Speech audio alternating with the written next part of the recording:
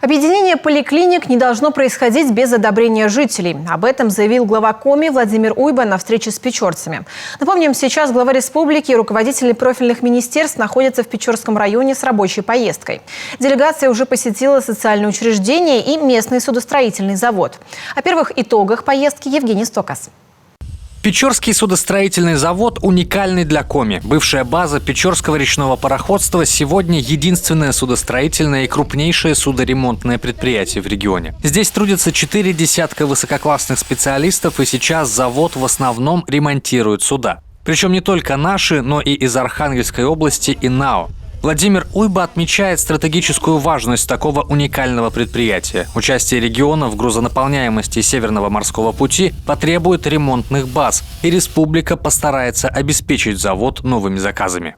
Мы отдельно обсудим работу этого завода в части диверсификации, плана по диверсификации производства и экономики республики, с тем, чтобы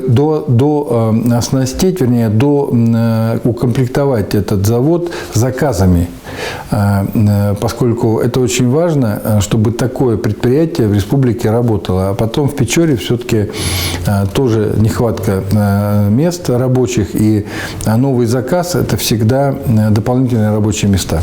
Важная для печорцев остановка делегации – школа номер 4. Зданию уже 45 лет. В 2019-м его признали небезопасным для занятий и закрыли на капитальный ремонт. Сейчас в Минстрое Коми изучают документацию, чтобы определиться со сроками и объемом ремонта.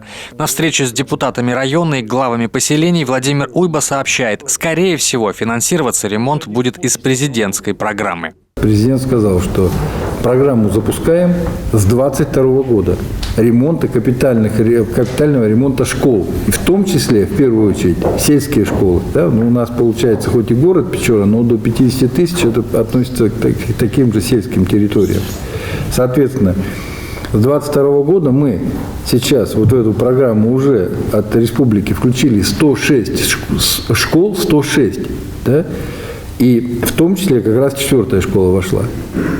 Поэтому если как она будет, и только по одной республике, эти 106 школ, это 2,5 миллиарда. Это капремонты только. На встрече с общественниками Печоры один из главных вопросов тоже социальный. Глава Коми предостерегает Минздрав, Минобр региона и местные власти от объединения чего-либо, будь то медицинское или образовательное учреждение, если такое слияние не поддержано местными жителями. Они, как отмечает губернатор, уже тропы протоптали до родных поликлиник. В Советском Союзе, напоминает глава, основной принцип здравоохранения заключался в шаговой доступности больниц. Им-то понятно, им удобно. Они в одну точку все стащили. Значит, концентрация врачей, концентрация медтехники, все здорово. Только я говорю, как люди добираться будут? Значит, это транспорт, а это уже не шаговая доступность. А транспорт, вы говорите, а транспорт не идет. Значит, такси, а кому это по карману? Значит, что произойдет в результате? В результате человек не пойдет. В результате будет запущенный случай. Дальше это выльется в инвалидность, либо в смерть. А потом нас будут полоскать. И правильно сделают жители, что человек не мог получить медицинскую помощь в городе.